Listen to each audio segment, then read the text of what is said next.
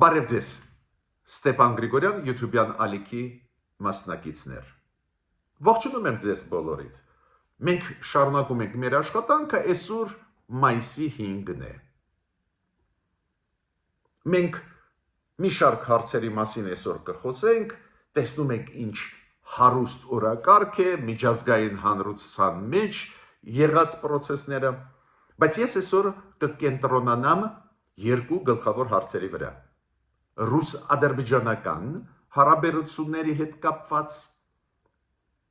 եւ նրա հետ կապված գնալ թե չգնալ Մոսկվա մայիսի 9-ին։ Նիկոլ Փաշինյանի մասին է խոսքը, Հայաստանի վարչապետի։ Քանի որ ի հայտ եկան նոր գործոններ, որոնք իրոք լուրջ հարցեր են բարձրացնում կապված Նիկոլ Փաշինյանի այցելության հետ Մոսկվա, մենք տեսնում ենք այն տենդենսը, որ նույնիսկ երբ որ պրոռուսական ուժերը, որոնք պրոռուսական գիծ են տանում Հայաստանի ներսում, երբ որ նույնիսկ իրենք գնում են Մոսկվա, Ռուսաստանը Ադրբեջանի հետ սադրանքներ է կազմակերպում հայերի դեմ։ Նույնիսկ պրոռուսականների համար։ Ու ես չեմ բացառում, որ լուրջ խնդիրներ կառաջանան, եթե գնա Նիկոլ Փաշինյանը Մոսկվա։ Ու իմ փաստարկները այսօր ձեզ կներկայացնեմ եւ մեր կառավարությանը։ Որոշում պետք է անի կառավարությունը եւ վարչապետը, բայց մենք պարտավոր ենք զգուշացնել հնարավոր սադրանքների մասին, որոնք կարող են լինել Մոսկվայում մայիսի 9-ին։ Ուրեմն սկսում ենք մեր աշխատանքը այսօրվա, խնդրում եմ բաժանորդագրվել, կիսվել, լայքել, դուք գիտեք ինչքան դա կարևոր է աշխատացնելու համար մեր YouTube-յան ալիքը, էդ էլ երբ որ մենք տեսնում ենք, որ անընդհատ կիբեր հարձակումներին մենք ենթարկվում ենք։ Նաև խնդրում եմ մասնակցել մեկ հարցմանը, որը մենք այսօր անում ենք, կապված Նիկոլ Փաշինյանի այցելության հետ Մոսկվա մայիսի 9-ին։ Դուք կողմ եք, որ Նիկոլ Փաշինյանը այցելի, թե ոչ, խնդրում եմ քվեարկել։ Դուք գիտեք ոնց պետք է մտնեք, քվեարկեք, մտնում եք Ստեփան Գրիգորյան YouTube-յան ալիք, դուք գիտեք այնտեղ կա վիդեոների բաժին, կա բաժին լայվերի, այլ բաժիններ, նաև կա բաժին posts, ու այդ բաժին մտնելուց հետո կբացվի այդ հարցումը, որը մենք այսօր անցկացնում ենք։ Խնդրում եմ ակտիվ մասնակցեք, որ մենք վաղը կարողանանք մեր կառավարությանը ասել մեր YouTube-յան ալիքի տրամադրությունները, գնալ թե չգնալ։ Ուրեմն սկսում ենք մեր այսօրվա աշխատանքը։ Ես պետք է ասեմ, որ Դոնալդ Տրամպը վերջի 2 օրը անում է շատ կարևոր հայտարարություններ Ուկրաինայի հետ կապված, օրինակ ինքը 3 արեց հայտարարություն, որ Միացյալ Նահանգները դարձան ավելի մոտ մեկ երկրի ռուս-ուկրաինական բանակցությունների process-ում։ Կոպիտ ասած, Միացյալ Նահանգները հիմա ավելի մոտ են Ուկրաինայի, ստորագրեցին կարևոր շատ պայմանագիր Ուկրաինայի հետ, ու ինքը ասեց դարձանք ավելի մոտ, նաև այն պատճառով, որ Ուկրաինան զինադադարի համաձայն է, երկարաժամկետ Ռուսաստանը համաձայն չի։ Ավելին, այսօր նաև Դոնալդ Տրամպը խոսեց ու ասեց, որ այո, ես հասկանում եմ, որ Ռուսաստանը ուզում է ամբողջ Ուկրաինան։ Ռուսաստանը չի ուզում բավարարվել այն մասով Ուկրաինայի, որը գրավեց։ Բայց հետո իրան գոված, այդ իրա ոչն է, որ իր շնորհիվ է, որ ամբողջ Ուկրաինան դեռ գրաված չի, մենք հասկանում ենք դա իր շնորհքը չի, դա Բայդենի շնորհքն է, Բայդենի ժամանակ զենք զինամթերք տրվում էր Ուկրաինային ու լրջագույն քաղաքական դիվանագիտական աջակցություն, բայց ինձ համար շատ կարևոր է, որ Դոնալդ Տրամպը խոստովանեց, որ Ռուսաստանը ուզում է գրավել ամբողջ Ուկրաինան ու ինքը ասեց դա չի կարող լինել։ Ես պետք է նաև ասեմ նրա մասին, որ հիբրիդային պատերազմը ուժեղանում է Հայաստանի դեմ ուղղված, որին ակտիվ մասնակցում են նաև նախկինները Հայաստանի, նախկին իշխանավորները, որոնք ինչքան աղբ կա քաղաքական բերում են դաշտ, իրանց ելույթները, պրես-կոնֆերանսները, հարցազրույցները իրոք ահավոր ծանր տպավորություն են թողնում, նախկինները ոնց Հայաստանը հետ գցեցին, հիմա էլ ուզում են հետ մեզ գցել 19-րդ դար, կոչ են անում ինչ-որ նամակ թագավորին գրել, անհեթեթ բաներ են ասում նախկին ղեկավարները Հայաստանի, ուղղակի անհեթեթ գովում են զենք զինամթերքը այն երկրի, որը չի կարող լուծել Ուկրաինայի դեմ խնդիրները ունենալով մոտավորապես 5 անգամ ավելի շատ զենք զինամթերք։ Իրոք փորձում են մեզ հետ գցել, դա լուրջ մարտահրավեր է հայ ժողովրդի համար։ Դա է պատճառը, որ մենք ամեն ինչ պետք է անենք, որ նախկինները չգան իշխանության։ Պարոն Պապիկյանը, Հայաստանի Հանրապետության պաշտպանության նախարարը, դուք գիտեք, մեկնեց Հունաստան։ Պարզ է, պաշտպանության նախարարը եթե մեկնում է Հունաստան, ակնհայտ է ինչ հարցով ինքն մեկնում է Հունաստան։ Ռազմական ոլորտի համագործակցություն Հունաստանի հետ, կասկած ես չունեմ նաև զենք զինամթերքի հետ քննարկումներ կլինեն, որ Հունաստանը մեզ աջակցի։ Ես հիշում եք մի անգամ ասել եմ այն պաշտոնական այցելության մասին Միխեիլ Կավելաշվիլի, Վրաստանի նախագահի Հայաստան, մոտավորապես 10 օր առաջ էր։ Պարզ է, Վրաստանում գլխավոր գործադիր մարմնի ղեկավարը վարչապետն է, բայց Վրաստանում նախագահի ինստիտուտը բավական շատ ունի լիազորություններ։ Ու ցանկացած դեպքում Վրաստանի նախագահի այցելությունը կարևոր այցելություն էր։ Ու այդ այցելությունից ես ուզում եմ նշել մեկ բան, երբ որ Վրաստանի նախագահն ասեց, որ մենք կարող ենք համագործակցելով 3 երկրներ դարձնել հզոր հարավային Կովկասը, հզոր տարածաշրջան,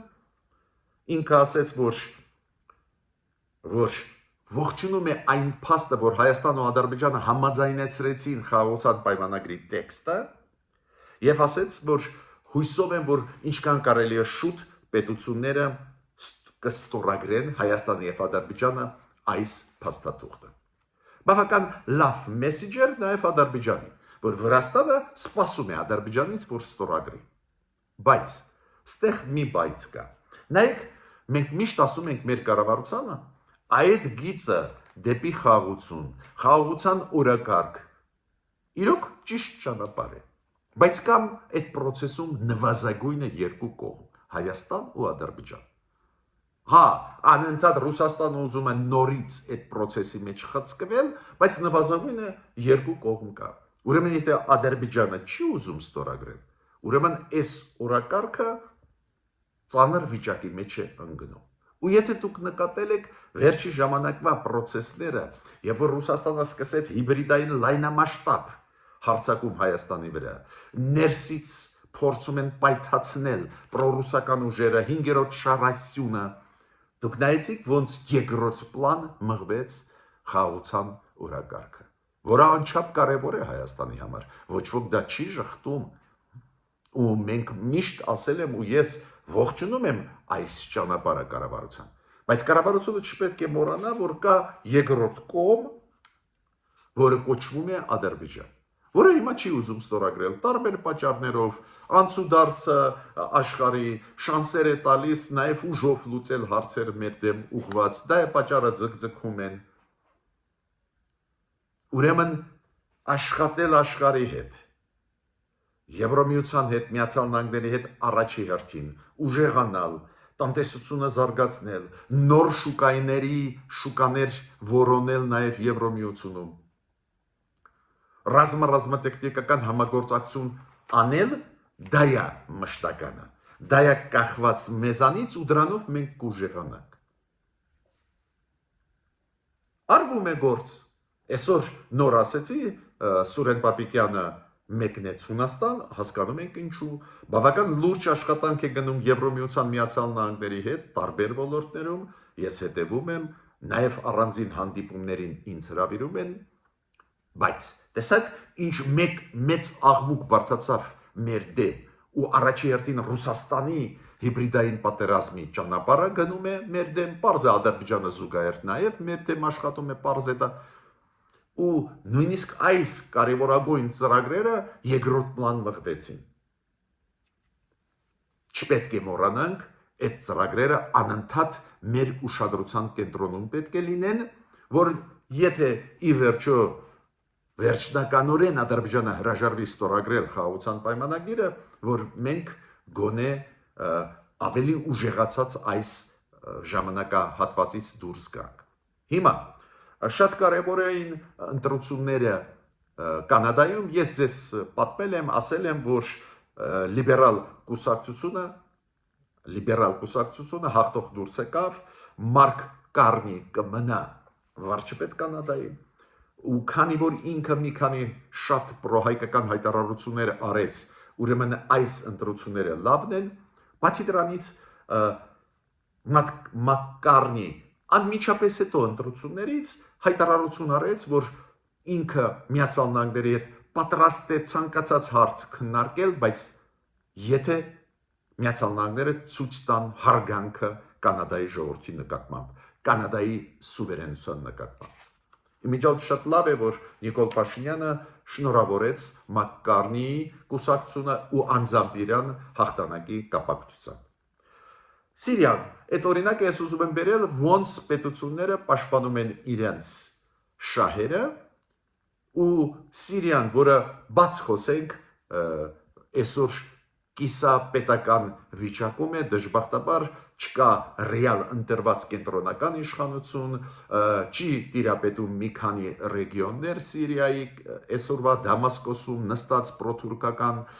կառավարությունը, բայց նույնիսկ այդ կառավարությունը անում է լուրջ քայլեր, ինչքան ես հասկանում եմ։ Ուրեմն Լատակիայի այն հայտնի նավահանգիստը իրանք տվեցին նավագնացության կորպորացիայի ֆրանսիական նավագնացության հսկային։ Ինչու ֆրանսիական, քանի որ այդ հսկան ունի հնարավորություն ինվեստիցիաներ խելքի բերել այդ նավահանգիստը Լատակիայում։ Կարևորագույն կետ է Սիրիայի համար, աշխարհի հետ առնչվել, սկսել զարգանալ, խելքի գալ։ Նույն Սիրիայի կառավարությունը միաժամանակ Թուրքիայի հետ ստորագրեց պայմանագիր էլեկտրականություն առնել Թուրքիայից։ Ու իրանք պետք է 400 կիլովոլտանոց էլեկտրահաղորդման գծեր կառուցեն, որ ստանան էլեկտրականություն Թուրքիայից։ Ու այդ Սիրիայի կառավարությունը, որ այսօր գտնվում է ռմբակոծությունների տակ Իսրայելի։ Դուք գիտեք, Իսրայելը ռմբակոծեց մի քանի օր առաջ Դամասկոսում կարևորագույն կետերից մեկը, քանի որ Իսրայելը ասում է այնտեղ Սիրիայի նոր կառավարությունը ուզում է ռազմաբազան դնել։ Նույնիսկ այս ծանր վիճակում տեսակ ոնց է փորձում շտկել վիճակը այսօրվա Սիրիայի պրոթուրքական կառավարությունը։ Մյուս հարցը, որին ուզում եմ անդրադառնալ, միջև անցնելը մեր երկու գլխավոր հարցերին, ռուս-ադրբեջանական հարաբերություններին եւ Նիկոլ Փաշինյանի գնալ չգնալու հարցը Մոսկվա մայիսին, ես պետք է ասեմ, որ ոչ բոլոր հարցերն էլ որ պետք է լուծվեն ուժով։ Նայեք, Դոնալդ Տրամպը հիշում եք, ասեց հուսիներ, եթե դուք շարունակեք Կարմիր ծովում խոչընդոտ ստեղծել ամերիկյան եւ Իսրայելի նավերին, եթե խոչընդոտ ստեղծեն, մենք դժոխք կկազմակերպենք ձեր դեմ։ Հուսիները թքած ունեին, իրենց գիծը շարունակում էին, ու ամերիկացիք սկսեցին ռմբակոծել։ Ու դուք գիտեք, նվազագույնը 2 շաբաթ ռմբակոծում են ահավոր հուսիներին։ Ու ինչ? Ուրեմն 3 հուսիները բալիստիկ հրթիռ ուղարկեցին դեպի Իսրայել, որը հասավ նպատակի։ Պայթեց Թել Ավիվում Բեն-Գուրիոն аэропորտի մոտ։ Ու այնտեղ հիմա փակեցին օդը, այդ аэропորտը չի աշխատում, 6 մարդ վիրավորվեցին, ինչ եմ ուզում ասել։ Պարզվում է, որ այդպես հեշտ չի, ոնց խոսում էր Դոնալդ Տրամպը, մենք դժոխք կկազմակերպենք, ավելի լավ պայեք։ Հուսիները լավ չեն պահում, հետո ուրեմն տարբեր մեթոդներով պետք է աշխատել, այլ ոչ միայն այդպես պոպուլիստական հայտարարություններով։ Բայց լավ է, որ Դոնալդ Տրամպը սկսեց հասկանալ, որ Ռուսաստանը չի ուզում խաղաղություն։ Ռուսաստանը ուզում է ամբողջ Ուկրաինան գրավել։ Ու Տրամպը ասեց, մենք կլինենք ավելի մոտ Ուկրաինայի հիմա։ Դες դուրս է գալիս գրեթե դուրս եկավ միջնորդի կարգավիճակից ու նորից Միացյալ Նահանգները տանում է դեպի դաշնակից Ուկրաինայի։ Լավ դինամիկա է դրական, բայց նայենք ոնց կլինի հետո։ Հիմա ես անցնում եմ կարևորագույն այսօրվա հարցին, որը կոչվում է ռուս-ադրբեջանական հարաբերություններ։ Եթե դուք նկատել եք, Ադրբեջանը վաղուց է, դա այսօրվա պատմությունը չի, վաղուց է անում է Ռուսաստանի դեմ բավական կոշտ քայլեր, հայտարարություններ, նսեմացուցիչ առանձին դեպքերում։ Հիշում եք երկրորդ Ղարաբաղյան պատերազմի ժամանակ ոնց իրանք Հայաստանի տարածքում խոցեցին ուղղաթիռը ռուսական։ Ռուսաստանը աչքերը փակեց, պարզ է Ռուսաստանը այսօր Թուրքիայի Ադրբեջանի հետ է, բայց Ադրբեջանը լկտե անում է, շարունակում է քայլեր։ Հիշում եք, երբ որ խոցվեց պատահական, բայց խոցվեց Գրոզնի օդում Ադրբեջանի ինքնաթիռը, ու որը հասավ դեպի Ղազախստան, բայց այնտեղ կործանվեց։ Ինչ աղմուկ բարձրացրեց Ադրբեջանը, ինչ քննադատություն Ռուսաստանի նկատմամբ, վիրավորանքներ, ստիպեցին նույնիսկ Պուտինին անձամբ ներողություն խնդրել։ Ու ինչ ավելի ուշ Ադրբեջանը փակեց Սպուտնիկ Ադրբեջան հեռուստաալիքը Բաքվում, փակեց Ռուսկի դոմի գրասենյակը Բաքվում։ Դուք գիտեք, որ Միլիմիջլիսի հիբրիդային պատերազմների դեմ հանձնաժողովի նախագահան մեղադրեց Ռուսաստանին, որ կիբեր հարձակում արեց Ադրբեջանի դեմ ուղղված, քննադատեց, պահանջեց պատասխաններ եւ այլ եւ այլ։ Անընդհատ Ռուսաստանի դեմ քայլեր է արվում։ Ու Ռուսաստանը կուլ է տալիս։ Այս 3 չարաչորվա այդ մեղադրանքները Ադրբեջանի ուղղված Ռուսաստանի դեմ ինչով զուգակցվեցին։ Պուտինը շնորհավորեց Իլհամ Ալիևին այս 80-ամյակի հաղթանակի 80-ամյակի հետ կապված ֆաշիստական Գերմանիայի դեմ։ Ու մենակ Իլհամ Ալիևին չհասկացաք։ Կամ ինչ որ շքանշան տվեցին Իլհամ Ալիևի կնոջը, Կիրիլը տվեց այդ Ռուսիո պատրիարքը, կագեբեշնիկը։ Միտքս ինչու՞մ է իմ կայանում։ Ինչ ուզում անում է Ադրբեջանը, գլուխը կախ Ռուսաստանը նայում է։ Ինչի հետ է կապված։ Միգուցե այդ կամ կաշառեցին վերնախավը Ռուսաստանի, որ ինչ ուզում Ալիևը անում է։ Միգուցե դա կապված է դրա հետ, որ Ռուսաստանի համար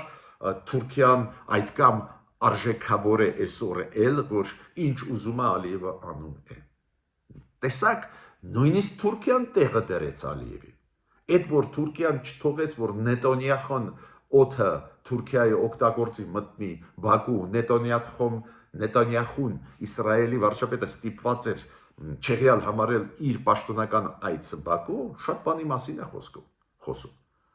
Այո, Թուրքիան Ադրբեջանի հետ է հայկական հարցերի հետ կապված, մեր դեմ ուղղված, բայց պարզվեց կա թեմա, որտեղ որ Թուրքիան տեղը դրեց Ադրբեջանին, բայց Ռուսաստանը տեղը չի դնում։ Երեք միջադեպ եղավ, երբ որ Ադրբեջանի падգամավոր Ազեր Բադամովը մեկնում էր Աստրախան, ինքը Բաքվից թռավ Մոսկվա, Մոսկվայից պետք է մեկնել Աստրախան, այնտեղ Հեյդար Ալիևի հիշատակին ինչ որ միջոցառում պետք է անցկացվեր։ Ու Ռուսաստանի սահմանապահները իրան կալանավորեցին ու դրանից հետո հետ Բաքու ուղարկեցին։ Պարզ է Բաքուն արձագանքեց, պահանջում է պատասխաններ, ասեց Բաքուն, որ դա ոչ բարիտրացիական քայլ է, որ դա չի համապատասխանում ռազմավարական համագործակցության մակարդակի Ադրբեջան-Ռուսաստան, պահանջում է Ռուսաստանի ԱԳՆ-ից, որ քննություն անցկացվի, պատասխան տան Ադրբեջանին, այդ ինչու իրանց падգամավորին հետ ուղարկեցին Բաքու։ Չգիտեմ դա թատրոններ են, թե ինչ է, ցույց տալ, որ իբր Ռուսաստանը ունի պրոբլեմ Ադրբեջանի հետ, քանի որ Ադրբեջանին շատ պետք է Ամերիկայի, Եվրոպայի առջև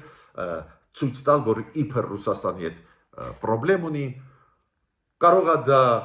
այլ հարցերի հետ է կապված, մենք կարող ենք միայն քննարկենք, ենթադրենք, ես չեմ բացառում, որ դա էլ է թատրոն, բայց շատ զարմացած էի, որ գոնե փոքր ինչ որ պատասխան Ռուսաստանը տվեց ու չթողեց այս падգամավորին, որ մտնի Ռուսաստան։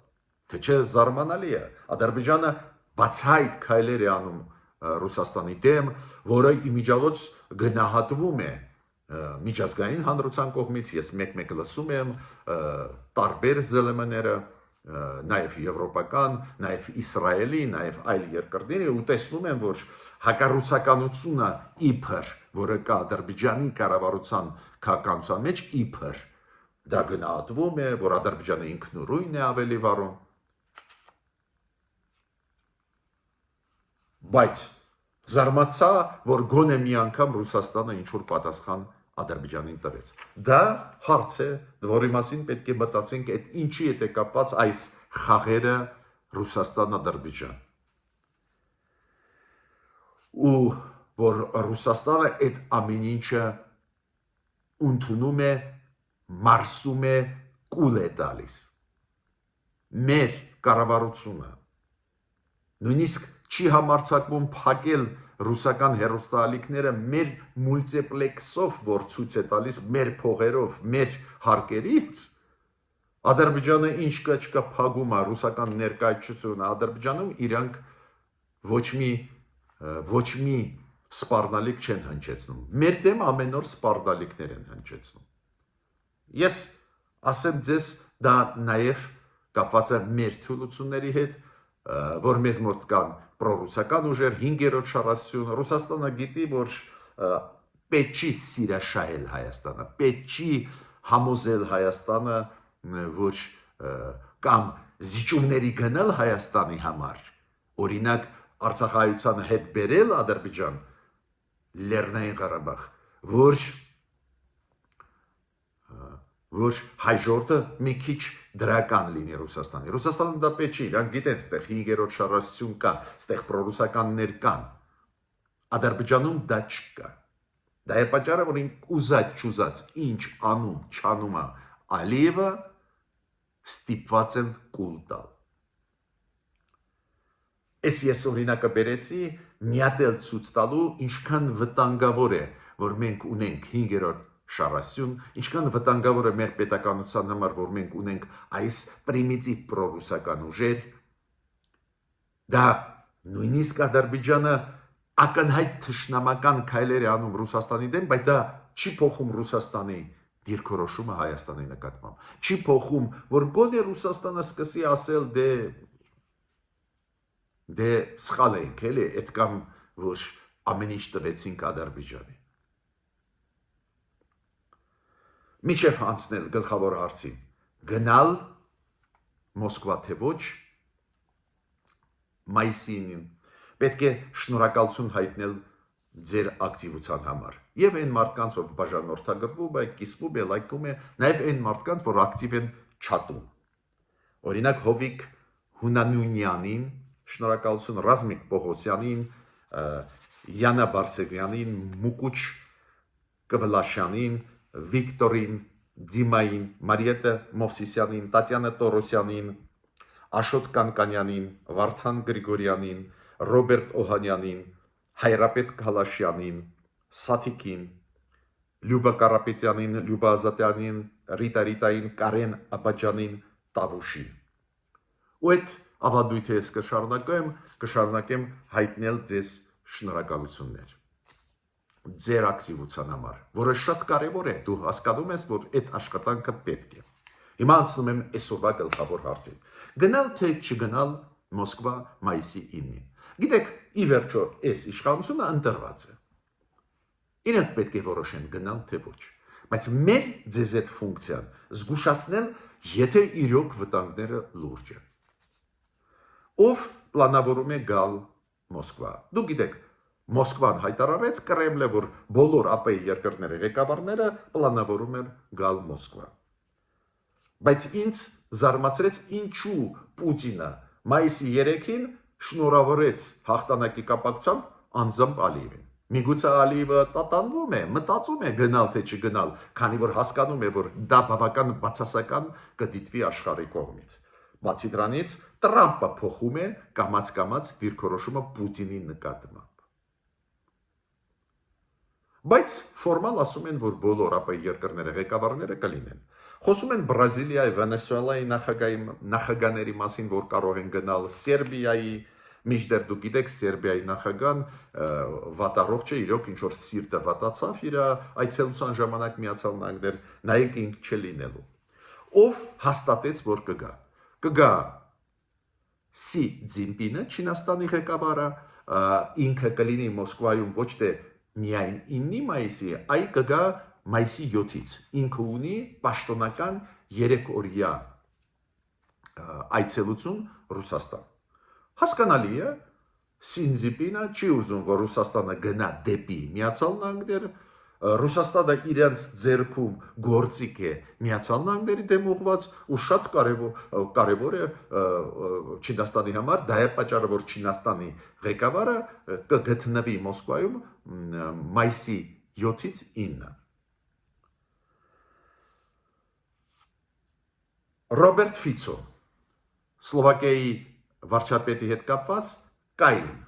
լուրեր, որ ինչ որ հիվանդ էր, թե ինչ էր, բայց ինքը հաստատեց, որ կգա։ Ուրեմն այսօր այդ երկու ղեկավարները հաստատեցին, որ կգնան Մոսկվա։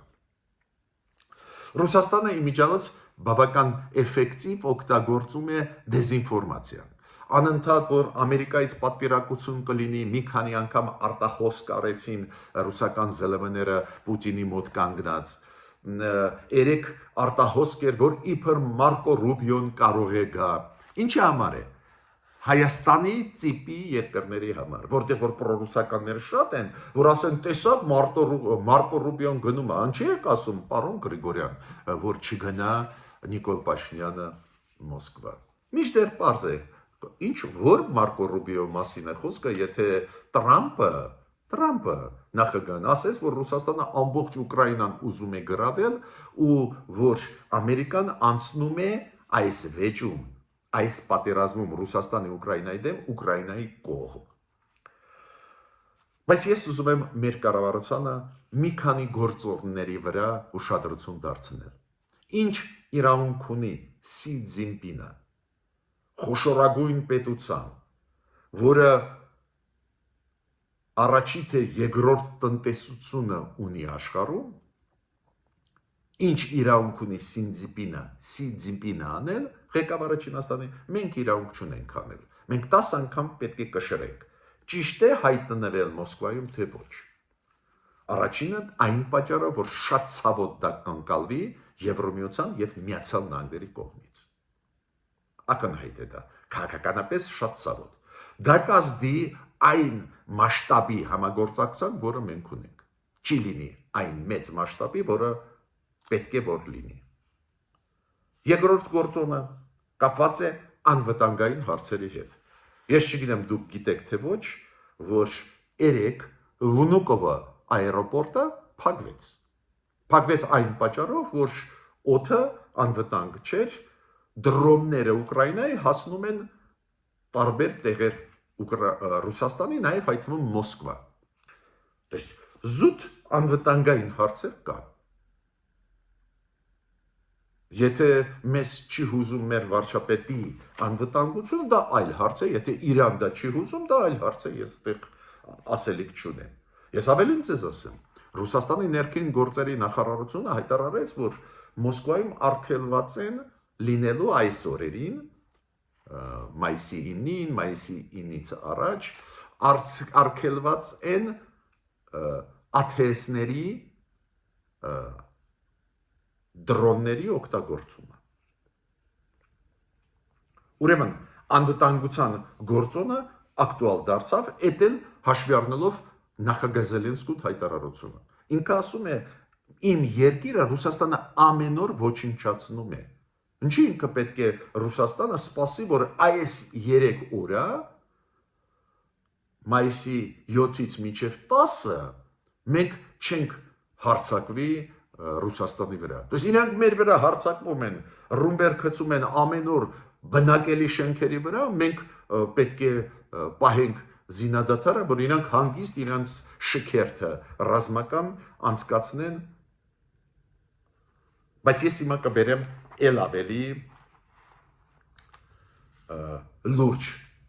ավելի լուրջ փաստարկներ։ Ուրեմն ինչ է նշանակում այս միջոցառումը ԱՊ-ի երկրների Մոսկվայում։ Առաջինը դա նշանակում է, որ կլինի նիստ ԱՊ-ի երկրների ղեկավարների։ Այս 8 պետությունից ով կգա, չգիտեմ, ինչքան գիտեմ, պետք է որ բոլորը գան, ասեցին բոլորը կգանք, բայց չգիտեմ, կգան թե ոչ բոլորը, բայց այդ 8 երկրների, ԱՊ-ի երկրների ղեկավարները գումարած Պուտին, ասենք հավաքվեցին։ Կարճ ելույթներ բոլորը կունենան։ Այնտեղ այդ հավաքը կլինի նվիրված 80-ամյակի հաղթանակի, պարզ է զուտ ֆորմալ խոսքեր կխոսեն ֆաշիզմի դեմ պայքարի հաղթանակի բոլոր նախագահները կունենան 5-5 րոպե։ Քանի որ այս նիստը կապված չի կոնկրետ գործերի հետ, կոնկրետ որոշումների հետ, ԱՊ-ի երկրների շրջանակներում այդ կազմակերպության, այլ հաղթանակի օրվա կապակցությամբ 80-ամյակի։ Ու օրինակ Ալիևը ելույթ է ունենում, պատկերացրեք ու ասում է, որ այո, սովետական միության ժամանակ նաև Ադրբեջանի ժողովուրդը ունեցավ մեծ լումա այդ հաղթանակի մեջ, որ չունեն մեծ լումա, մենք գիտենք, բայց ինքը կասի մեծ լումա ունենք։ Ու ինքը կասի ֆաշիզմի դեմ պայքարում մենք շարունակել ենք նաև վերջի 30 տարիը։ Մենք պայքարել ենք հայկական ֆաշիզմի դեմ։ Այդ միտքը ինքը մի անգամ ասել է, այդ միտքը իրենց պատգամավորները ասել են Մոսկվայում վերջի ժամանակներս, սեպարատիզմի դեմ պայքարում հաղթանակ մեկ դուրս եկանք, տերորիստական խմբերի դեմ, իմիջիալ շատերը չգիտեն, այդ Բաքվում ընթացող դատավարությունների շրջանակներում այս գիծ է առաջ տարվում, որ այդ սեպարատիստական, տերորիստական խմբեր են, նաև միջազգային տերորիզմը մեջը միացնում են։ Ու հիմա Ալիևը դա ասում է, որ հայկական ֆաշիզմի դեմ մենք պայքարել ենք, ազատագրել ենք մեր երկիրը, Ղարաբաղը հիմա ամբողջությամբ վերահսկում ենք։ Ինչ պետք է անի Նիկոլ Փաշինյանը։ Երկրորդ գործոնը էլ ավելի լուրջ։ Ինչ է շքերթը ռազմական, շատերը մոռացել են սովետական միության ժամանակ, քանի որ անընդհատ շքերթներ էին անում ռազմական, դուք հիշում եք, բայց հիմա շատ մարդիկ մոռացել են, նոր սերունդներ են գալիս։ Շքերթի ժամանակ մեծ դիկտերը ամբողջ Կարմիր հրապարակով կասի. գալիս են տանկային զորքեր ռուսական, ովքեր պայքարում են Ուկրաինայում ֆաշիզմի դեմ։ Հետո զորախումբը գալիս է Ադրբեջանի, ու դիկտորը ասում է ադրբեջանական քաջ զինվորները, սպաները անցնում են Կարմիր հրապարակով, ովքեր Ղարաբաղը ազատեցին ահաբեկիչներից, սեպարատիստներից, հերոսաբար, Ադրբեջանը պայքարել է ֆաշիզմի դեմ։ Ինչ է անելու Նիկոլ Փաշինյանը նստած այդ տրիբունայում ղեկավարների հետ այդ մի քանի երկրների նստած ու այս շքերթը ինքը պետք է ընդունի, հա։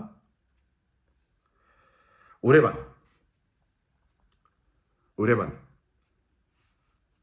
ապա երկրների հենց երկրները որոշում ընդունեցին սպորտային խաղեր այս տարի անցկացնել Ադրբեջանում, Ադրբեջանը մցրեց 6 քաղաքներ, որտեղ որ ապա երկրների սպորտային խաղերը պետք է լինեն, քաղաքներից մեկը Ադրբեջանի, որը մցրեց Ստեփանակերտն է։ Նայենք, ոնց մենք պետք է տանենք այս նսեմացուցիչ վիճակը։ Ուրեմն իմ ասածը շատ հասարակ է իմ կառավարությանը։ Մտածեք միջև գնալը։ Դուք եք իշխանությունը, դուք ունեք ամբողջ ինֆորմացիան, միգուցե ձեզ կասեք, որ բացառվում է, որ Ալիևը խոսա հայկական ֆաշիզմի դեմ պայքարի մասին, կամ խոսա սեպարատիստների, տերորիստների դեմ իր պայքարի մասին, միգուցե ինչ-որ երաշխիք ձեզ տան, այդ այլ հարց է, բայց ուզում եմ ասել, ես պարտավոր եմ որպես փորձագետ զգուշացնել մեր կառավարության այդ վտանգների մասին։ Ես ավարտեցի իմ ելույթը, մինչ նոր հանդիպումներ։